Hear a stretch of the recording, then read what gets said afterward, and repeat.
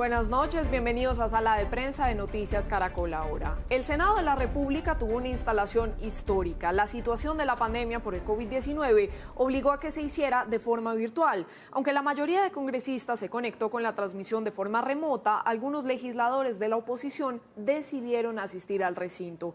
La instalación, en medio de largas discusiones e insultos entre los parlamentarios, dejó también la primera polémica: la elección de su presidente, el senador de Cambio Radical, Arturo Char. Otro hecho también relevante fue la elección de Sandra Ramírez del partido FARC como segunda vicepresidenta del Senado con 66 votos. Y aunque no votó por ella, el senador Álvaro Uribe fue uno de los que destacó su nombramiento. Esta noche vamos a hablar de todo esto, los retos del Congreso en medio de la virtualidad, lo que viene para la nueva agenda legislativa, y también vamos a analizar el papel de esta corporación durante la pandemia. Algunos incluso ya han dicho que la utilidad y la gestión ha sido absolutamente nula. Por eso hemos invitado esta noche a Camilo Mancera, el ex jefe jurídico de la MOE, y también a Viviana Sarmiento, investigadora de Congreso Visible. Buenas noches, Viviana. Buenas noches, Juanita. A usted, Camilo, también lo saludo. Buenas noches, ¿cómo está? Muy buenas noches, Juanita. Muy bien, afortunadamente. Me alegra tenerlos esta noche para que analicemos todo lo que viene a la luz del Congreso de la República. Y voy a comenzarles preguntando: estamos en medio de una pandemia y en medio de un Congreso remoto, virtual. ¿Cuáles creen ustedes que van a ser los retos en esta nueva agenda legislativa? Está el trámite del presupuesto general, el tema de que el Senado tiene que elegir un nuevo procurador, pero está también la emergencia sanitaria. ¿Cómo ven ustedes eso? Empiezo con Viviana. Bueno, Juanita, primero que todo hay que aclarar que en el Congreso siempre se representan muchísimos proyectos de ley. Se presentan más de 300 y, por ejemplo, en la pasada legislatura se aprobaron menos de 50. Entonces, si hay algo que debería ocurrir, sería que los congresistas priorizaran. Sin embargo, ya se ha visto que varios partidos piensan presentar proyectos repetidos o parecidos. Entonces, por ejemplo, vamos a tener proyectos que responden a la pandemia, específicamente a la crisis económica generada por la pandemia. Entonces está, por ejemplo, el proyecto de la renta básica, que el senador Iván Madrulanda del Partido Verde va a seguir insistiendo con la propuesta que hicieron al final de la legislatura pasada, pero igualmente el Centro Democrático va a estar con su propia propuesta. Entonces, ese, por ejemplo, es un ejemplo de proyecto repetido, pero también van a estar otros proyectos a favor del sector médico. Hay una reforma a la salud. En cuanto a la pandemia, también van a haber proyectos laborales. Ya había una agenda laboral que se venía discutiendo informalmente desde el año pasado cuando se hablaban de reformas laborales, y obviamente, teniendo en cuenta el contexto actual de la falta de empleo, es posible que vayan a revivir algunas de esas ideas en formas de proyectos de ley, y tengamos, ya por ejemplo se sabe que van a haber proyectos sobre teletrabajo, sobre trabajo a través de aplicaciones. Entonces, esos son como algunos temas que van a estar fijos en cuanto al tratamiento de la pandemia. Claro, son temas muy gruesos y la pregunta es cómo van a hacer para manejar todo esto, y más si es un Congreso remoto y virtual. Por eso, Camilo, le quiero preguntar, ¿cuáles cree para usted que son los retos en esta nueva agenda legislativa? Pues, Juanita, el principal reto es que efectivamente el Congreso ya no dé más largas para su funcionamiento ordinario. Es decir, ya tuvimos un semestre o un periodo que fue casi que perdido para el Congreso de la República, es decir, de las tres ramas del poder, donde vimos la mayor debilidad fue en el legislativo, y precisamente esto es lo que debemos superar. Digamos que el periodo pasado tuvimos una gran tardanza en lo que fue todo el trámite legislativo. Tuvimos ahorita este receso que se da para iniciar la otra legislatura, donde el Congreso ya debe entrar a hacer efectivos todos los cambios necesarios para poder dar trámite a las leyes y a los proyectos en los que se vienen avanzando. Ya no es posible ninguna excusa. Ya la Corte Constitucional sacó un pronunciamiento en donde básicamente le dice al Congreso de la República: ustedes tienen la autonomía para funcionar y ponerse su propia reglamentación y operar de manera regular. Esto por un lado. Como un segundo tema, quisiera hacer referencia a una de las principales tareas que tiene el Congreso de la República y que es una deuda que quedó del periodo pasado, y es 115 decretos legislativos que salieron del gobierno nacional y sobre los cuales el Congreso de la República tenía que ejercer un control y hacer un pronunciamiento al respecto, sea para incorporarlos o sea para rechazarlos, bueno, para tomar la decisión que sea. Pero era la evaluación que ellos debían hacer sobre estos 115 decretos para hacerles el control político, lo cual hasta el momento ha sido casi que nulo. Hemos visto algunos controles públicos, pero que no dan cumplimiento a la norma que se le establece al Congreso de la República. Adicionalmente, lo que vemos es cómo el Congreso presenta 28 iniciativas relacionadas al COVID y la reglamentación al COVID, y para el periodo pasado 25 se hundieron. Es decir, solo 3 proyectos que presentaron en la legislatura pasada tuvieron al menos un debate. Esto pues lo que nos termina dejando es un balance muy pobre que lo que hace es acumular una gran tarea para esta legislatura que se viene. Y claro, la cantidad de temas que deben tratarse frente a lo que es salud, educación, lo que es lo político electoral. Recordemos que ya el próximo año se inicia el periodo preelectoral de las elecciones a Congreso y Presidencia. Entonces, digamos, se viene una cantidad de retos frente a lo que es el COVID y toda esta situación de la pandemia, pero adicionalmente frente a todos los temas que ya venían sobre los cuales el país estaba urgido y que quedaron completamente suspendidos en la legislatura pasada. Claro, y es una responsabilidad inmensa y usted, Camilo, ha tocado un tema que es muy importante y es que para muchos en estos meses que pasaron la gestión del Congreso fue algo así como insulsa. En lugar de ser el escenario de control político y de buscar propuestas ante esta crisis, por ejemplo, que estamos viviendo por el COVID-19. Viviana. Sí, Juanita. Como mencionó Camilo, la pérdida de tiempo a través del debate de cómo debían hacerse las sesiones fue un problema. También fue un problema el hecho de que el Congreso constitucionalmente debe empezar a funcionar en marzo y no en enero. Que eso también hizo que, a diferencia de otros congresos en el mundo, el Congreso colombiano entrara, por así decirlo, a funcionar en medio de la pandemia y no pudieran tomarse medidas antes de que ellos empezaran a sesionar, legalmente hablando. Entonces, eso también hizo que se creara un problema mayor en cuanto a el marco jurídico en el que se podían dar las sesiones. A eso también se le suma el hecho de que el Congreso siempre tiene una agenda muy retrasada, que digamos tiene mucha más forma en la primera parte de la legislatura, es decir, porque es la parte más larga, que es ahorita la que empieza de julio a diciembre. Y precisamente por eso se había hablado de que iban a haber sesiones extraordinarias. Sin embargo, el Ministerio del Interior no las llamó, porque esa era una función del Ministerio del Interior, y no se convocaron para poder subsanar ese mes, porque todo, digamos, el problema más grande se dio en el mes de marzo, en el que no estaban sesionando. En ese mes que se perdió, pudo haberse recuperado ahorita entre junio y julio, entre el 20 de junio y el 20 de julio. Sin embargo, no se hizo y pues en parte al gobierno digamos que le conviene un poco más porque está gobernando y legislando a través de decretos.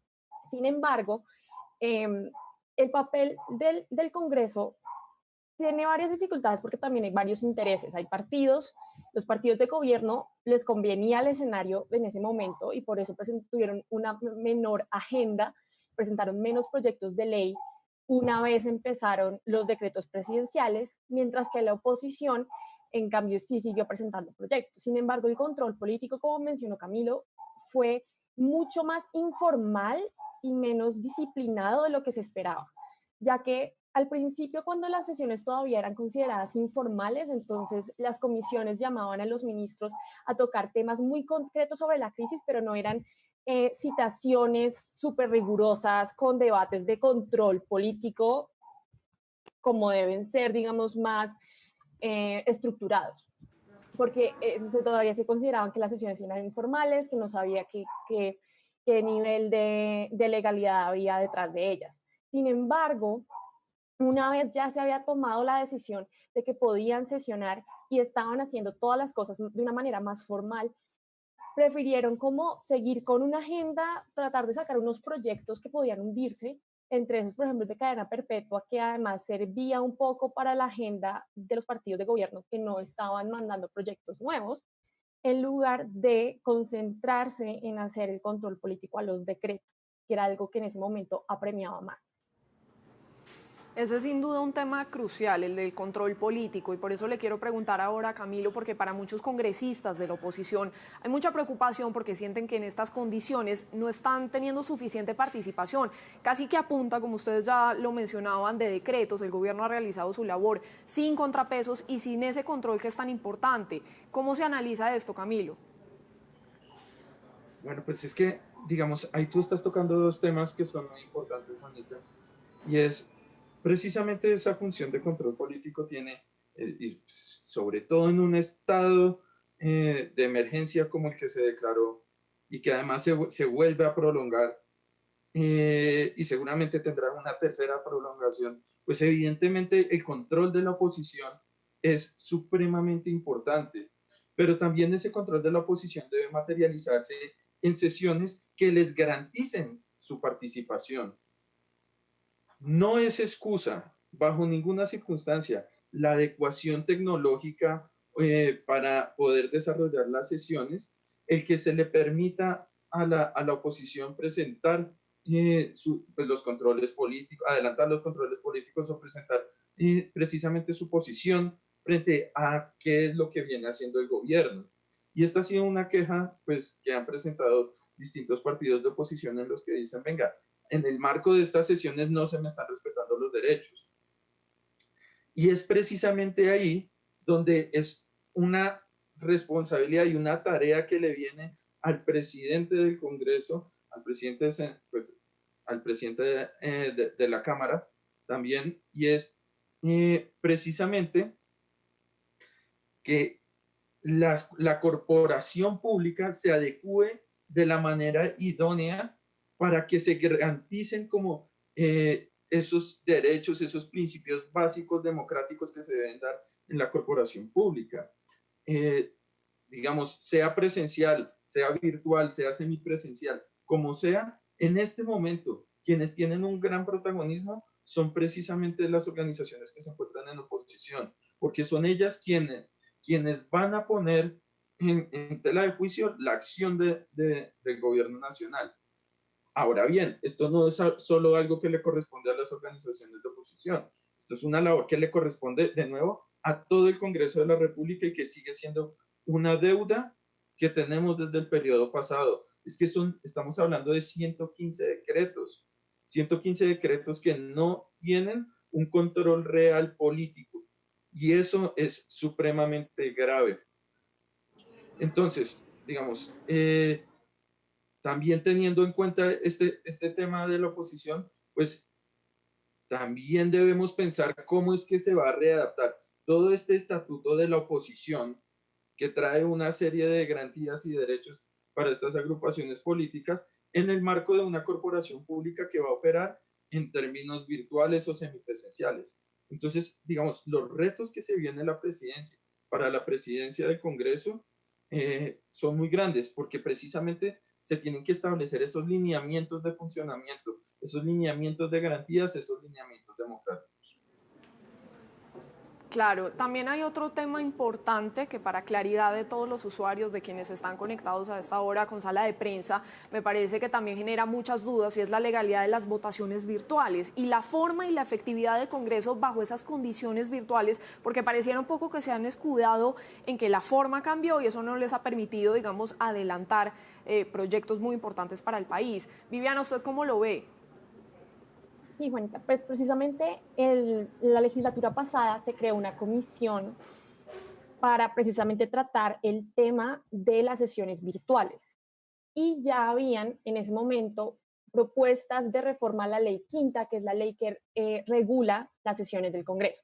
Y sí sería bueno pensar en una reforma a la ley quinta para que de ahora en adelante no hayan vacíos jurídicos en cuanto a cómo se debe proceder cuando se realicen sesiones virtuales y bajo qué condiciones se deben realizar esas sesiones para que no tengamos, por ejemplo, que depender de decisiones, de revisiones de la Corte, como pasó hace unos días, que recién se anunció la decisión de la Corte, creó mucho pánico alrededor de los proyectos que habían sido aprobados en la legislatura pasada.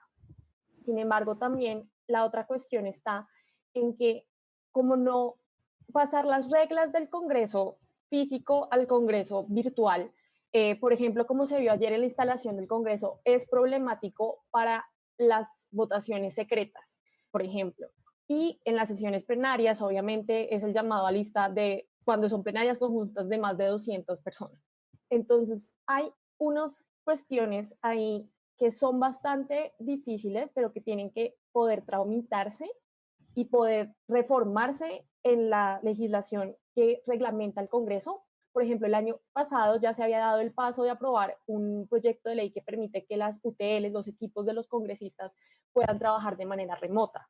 Entonces, ya se han dado pasos hacia eso, pero no han sido pasos muy grandes y muy concretos, y debido a los trámites por los pasos por los que debe pasar cada proyecto de ley para aprobar una reforma a la ley quinta, el tiempo no alcanzaba la legislatura pasada, pero en esta legislatura sí debería alcanzar y sí debería dejarse claro cómo debería ser ese funcionamiento, sobre todo para poder dar las garantías a la oposición y a todos los partidos políticos en general de poder participar en igualdad de condiciones. Porque si bien se habla mucho de por qué están asistiendo algunos congresistas al Congreso, vale la pena aclarar que a través de las formas virtuales a veces es mucho más fácil silenciar las intervenciones de otros grupos o de otros partidos. Entonces, estos tipos de dinámicas se han dado con una razón, que es poder garantizar la igualdad de condiciones en la participación de los congresistas y también la legalidad de las decisiones. Hay otros congresos en el mundo, por ejemplo, que han tomado la decisión de tener congresos semipresenciales donde hay delegados de todos los partidos manteniendo el distanciamiento social. Entonces, sí hay formas y sí hay mecanismos de poder garantizar que haya un formato que permita tener la participación en igualdad de condiciones y también mantener la legalidad, pero respetando las medidas sanitarias. Ese equilibrio se puede encontrar y sería importante que se piense una reforma y, de nuevo, que no presenten 5 proyectos distintos, que es un problema muy constante en el Congreso, que presentan 3 reformas del mismo tema, se acumulan y no pasa nada. Entonces, ojalá entre la comisión, los congresistas que se parte de esta comisión que se creó para tratar el tema de la virtualidad y de la reforma a la ley quinta, se pueda sacar un proyecto que recoja las inquietudes de todo el mundo y que sí pueda tramitarse y sancionarse como ley, para no quedar más en este limbo de aquí en adelante y hacia el futuro, ya tener muy claro qué es lo que se va a hacer, garantizando la participación de todos y sobre todo la legalidad de los trámites, que es algo que, si bien la Corte ya dijo que la decisión que tomó, el pronunciamiento que hizo, no afecta las decisiones que se tomaron a finales de la legislatura pasada, eso no significa que esas leyes no puedan ser demandadas por otros vicios de procedimiento. Porque, como hemos visto, si hasta en las mismas sesiones normales se demandan leyes por vicios de procedimiento, es algo que tienen que estar muy pendientes los congresistas para poder sacar adelante estas cosas y no perder más tiempo, digamos. Sobre todo porque como institución, como organismo, deberían ser conscientes de que esa es una de las principales razones por las cuales gozan de tan alta impopularidad. Y tener claras las reglas del juego. Camilo, hablemos del hecho más destacado de esta instalación, la designación del nuevo presidente del Senado, Arturo Char, de Cambio Radical, que ha sido nombrado además por Aida Merlano en casos de compra de votos en la costa. ¿Cómo ve usted que sea él el nuevo presidente del Senado? Bueno, pues esto precisamente genera un peso más dentro de las distintas responsabilidades que se le viene a la presidencia del Congreso.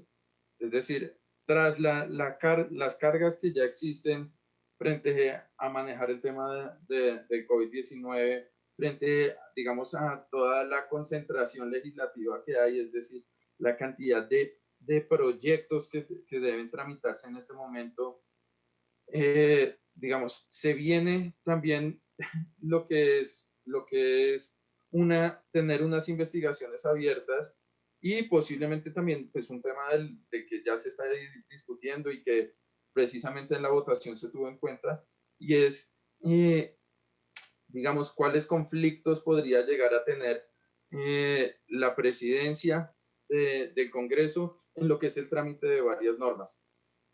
Vea, en este momento, pues, digamos, este fue ya el procedimiento que se dio, se cumplieron, aparentemente se cumplieron con todos los requisitos y los procedimientos formales para la elección, se tuvo una votación, el senador tuvo una votación bastante amplia. Digamos que lo que se espera es básicamente una muy buena gestión, una gestión muy eficiente. Pues evidentemente que estas situaciones o estos contextos que vienen rodeando al presidente, a la hora presidente del Congreso, no terminen afectando su gestión. Esos son como, digamos, algunos de los elementos que uno esperaría de esta presidencia, y es una muy buena eficiencia, que digamos, el contexto que ha venido rodeando al senador no termine afectando su gestión, y que venga un liderazgo muy efectivo frente a lo que es la priorización de los temas que deben tramitarse. Y evidentemente, y es muy clave, que precisamente desde la presidencia haya un respeto muy fuerte hacia las organizaciones de la oposición, hacia las personas que vienen haciendo oposición política. Precisamente esto fue uno de los temas que estuvo en gran discusión en la legislatura pasada, y era cómo se estaban haciendo efectivos esos derechos. En este momento este presidente va a tener la oportunidad de demostrarle al país que es justo, es necesario tener unas voces distintas al interior de una corporación y que se escuchen todas las ideas. Entonces, digamos, son grandes responsabilidades que se le vienen a esta presidencia. Esperamos que los congresistas hayan sido muy conscientes de a quién estaban poniendo en la presidencia, y pues en ese sentido que se responda a esos requerimientos de todas las organizaciones políticas y sobre todo de toda la ciudadanía. Sí, porque Chara habló de una reforma a la salud, a la justicia, es decir, temas muy gruesos, pero ¿se pueden hacer estas reformas en medio de las condiciones de un Congreso virtual? Digamos, ¿hay la cohesión suficiente para hacerlo, Viviana? En cuanto, digamos, a las circunstancias de poder sacar reformas, en teoría podrían hacerse, o sea, digamos, yo creo que lo más impactante de la legislatura pasada en la parte virtual fue que saliera la reforma constitucional de la cadena perpetua para violadores de niños. Entonces, en teoría, legalmente se podría sacar algo tan importante como una reforma. Sin embargo, hay que tener en cuenta que más allá de la falta de cohesión, hay una cuestión de agenda, y es que están los temas del COVID, están las elecciones de procurador y defensor del pueblo. Entonces, son muchos temas que tienen debates, que tienen sesiones, eso sin contar además el control político y otros temas que obviamente se llevan a cabo en el Congreso. Entonces, en cuanto al problema logístico, digamos, yo pienso que es muy ambicioso pensar que todas esas reformas van a salir, van a ser sancionadas como ley. Es bastante posible que la mayoría se queden, como ya ha pasado antes, no es la primera, digamos, ya desde este Congreso que entró en 2018, ya han pasado varias propuestas de reforma a la justicia, tanto del gobierno como de los congresistas, ya han pasado también reformas electorales que también se han hundido. Entonces, es una cuestión de ellos que vayan a priorizar al final del día, cuál va a ser la agenda más en el día a día de lo que vaya pasando, y que decida priorizar las mesas directivas, que es precisamente donde Char juega un papel muy importante. Entonces, si él, digamos, sí está detrás de esa reforma a la salud o de esa reforma a la justicia, porque hace parte de la agenda del partido o es una propuesta más personal, ahí, digamos, podrían haber chances de que esas propuestas de reforma se logren mover en el tránsito legislativo y puedan convertirse en leyes. Sin embargo, por las otras arandelas y otros asuntos en la agenda, yo creo que va a ser bastante difícil que tantas reformas logren ver la luz, y lo más probable es que se vuelvan a presentar en 2021 si no pasan, algunas van a quedar archivadas. Además, porque de nuevo también se van a presentar muchos otros proyectos repetidos que también fracasaron en legislaturas anteriores. Entonces, es una cuestión bastante fuerte de que va a lograr pasar, pero ahí depende mucho del manejo de la agenda que le dé la mesa directiva que va a liderar Arturo Char. Claro, y es una agenda que ya además trae demoras, entonces lo que hemos dicho a lo largo de toda esta conversación puede demorarse un poco más. Otro hecho relevante fue, por ejemplo, que Sandra Ramírez del partido FARC fuera elegida como la segunda vicepresidenta del Senado. Ese es un hecho sin precedentes. ¿Cómo lo analizan ustedes, Camilo? Pues precisamente esta es la materialización de lo que se estaba buscando en el acuerdo de paz. Y precisamente el hecho de que haya un representante de esta organización política en mesas directivas era el objetivo que tenía el estatuto de la oposición. Entonces, ¿qué mejor reflejo de que efectivamente se están dando, al menos en este tema de corporaciones públicas, de participación política, que al menos en este pequeño ingrediente se está dando un cumplimiento efectivo a lo pactado en el acuerdo? Entonces, digamos, esto desde la misión de observación electoral lo vemos con muy buenos ojos, creemos que efectivamente es un avance en lo que es el diálogo democrático al interior del Congreso de la República. Eso creo que es de los hechos para destacar de lo que ha pasado, de lo que pasó el día de ayer y pues de lo que se viene para esta legislatura.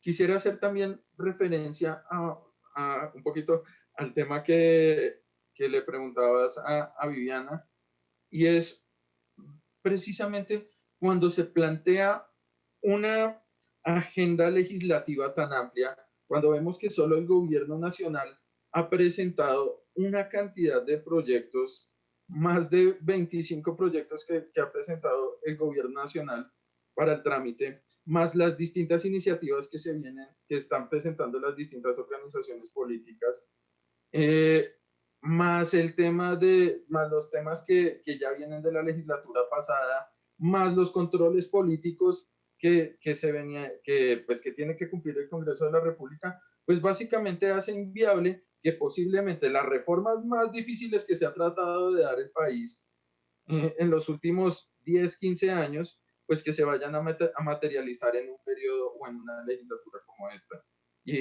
Y como lo decía Viviana, simplemente para reiterar eso, más allá del procedimiento que se utilice, es pues digamos, es casi que imposible dar trámite a reformas tan grandes como justicia, política electoral, el tema de regalías, digamos, hay un reguero de reformas muy grande que efectivamente no van a poderse, no se le va a poder dar trámite. Entonces, como digamos, viene un momento de concentración, de priorización de cuáles son los temas que deben primar. Y por ejemplo, ahí también viene, creo que un ejercicio muy importante por parte del gobierno nacional sobre la priorización de cuál es la agenda de gobierno y cuál es la apuesta de gobierno para este periodo. Por ejemplo, pues, el tema de comisarías de familia puede ser un tema prioritario para este gobierno nacional.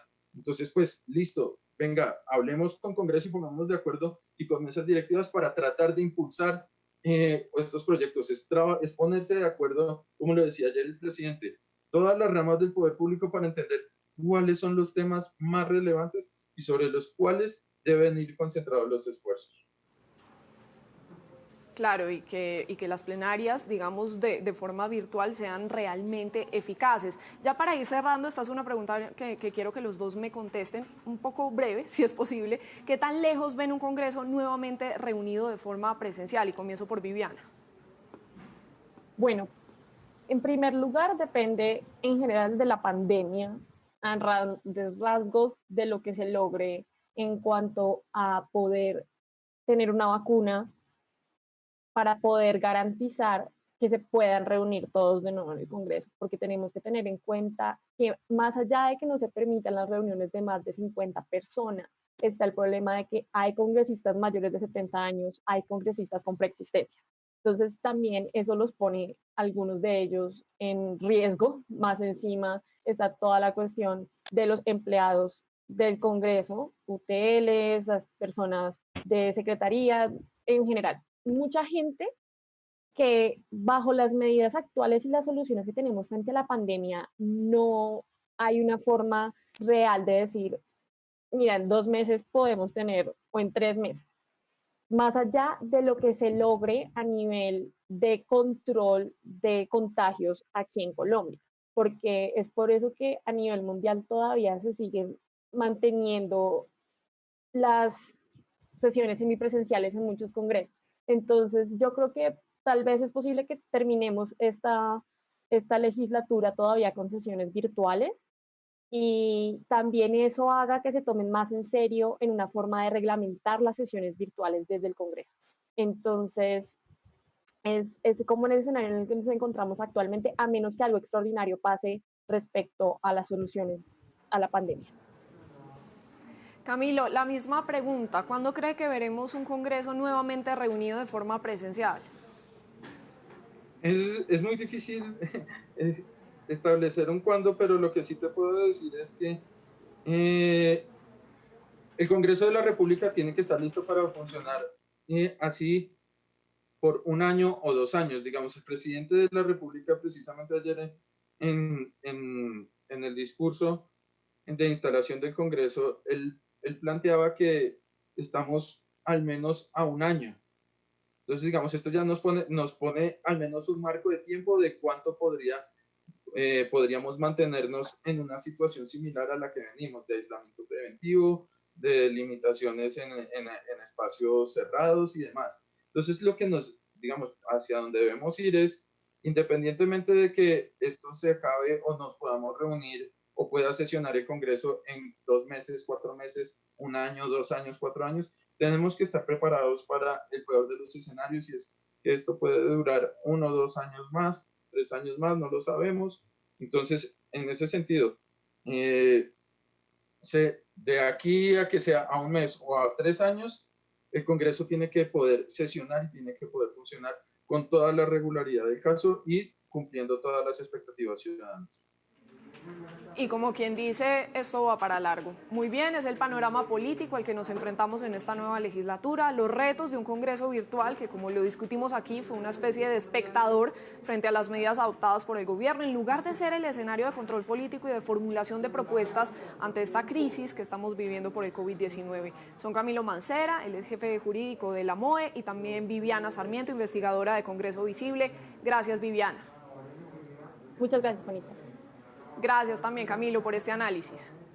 Juanita, muchísimas gracias a ustedes por la invitación. Muy bien, pues así hacemos una pausa, pero cuando regresemos nos va a acompañar Ricardo Ospina para contarnos qué es lo que tiene hoy en su radar. Ya volvemos.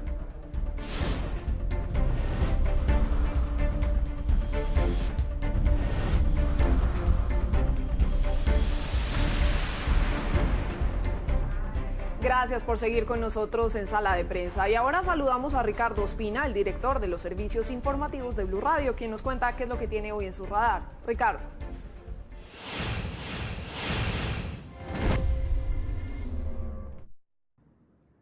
Muy buenas noches. Hoy entra en el radar en Sala de Prensa en Noticias Caracol Ahora Guillermo León Acevedo, más conocido en el mundo delincuencial como Memo Fantasma. Un hombre enigmático y que fue muy importante en el bloque Central Bolívar de las Autodefensas Unidas de Colombia, de acuerdo con los expedientes. Ese bloque fue uno de los más sanguinarios de los paramilitares, que desde 1998 hasta el año 2006 causaron miles de homicidios, de desplazamientos forzosos y también de desaparecidos en Colombia. Se habla de más de 14.000 víctimas en Antioquia, en Putumayo, en el Bajo Cauca antioqueño, en muchas otras regiones del país. El cabecilla visible del bloque Central Bolívar era Carlos Mario Jiménez Naranjo, alias Macaco, quien fue extraditado a Estados Unidos, ya pagó su pena y regresó al país. Hoy es noticia Memo Fantasma porque logró mantener durante décadas un bajo perfil criminal ante las autoridades y de hecho se presentaba como un próspero empresario, incluso con millonarias inversiones en el sector de la construcción. Hoy finalmente la Fiscalía General de la Nación logró iniciar un proceso de embargo de sus bienes con posibles fines de extinción de dominio para reparar a sus víctimas por parte de ese grupo paramilitar. Es un operativo muy importante que se hizo en el departamento de Córdoba. La hacienda se llama Las Vegas, en el municipio de Buenavista, y está valorada en más de 9.000 millones de pesos. ¿Por qué es importante esto? Porque finalmente se está logrando visibilizar de manera criminal a Memo Fantasma, una investigación que inició Inside Crime, un portal de investigaciones periodísticas, había logrado desenmascararlo y también había puesto en el ojo del huracán en su momento a la vicepresidenta Marta Lucía Ramírez, porque Guillermo León Acevedo, Memo Fantasma, había sido socio en un proyecto en el año 2007 de la empresa Hitos Urbanos, de propiedad del esposo de la vicepresidenta Álvaro Rincón, quien dijo que nunca supo de las actividades ilícitas de este hombre y que en 2017 le preguntó a la fiscalía si había alguna investigación en su contra y le dijeron que no había nada en los expedientes. Lo que hoy ocurre es trascendental, porque si se logra saber hasta dónde llegó la larga mano criminal de este hombre, presuntamente, de acuerdo con la justicia y de acuerdo con las investigaciones, se podrá saber quién más estaba financiando y quién más recibía dineros de las autodefensas. Gracias, Ricardo. Y hasta aquí Sala de Prensa de Noticias Caracol Ahora. Los dejamos con el programa Signo Pesos. Buenas noches.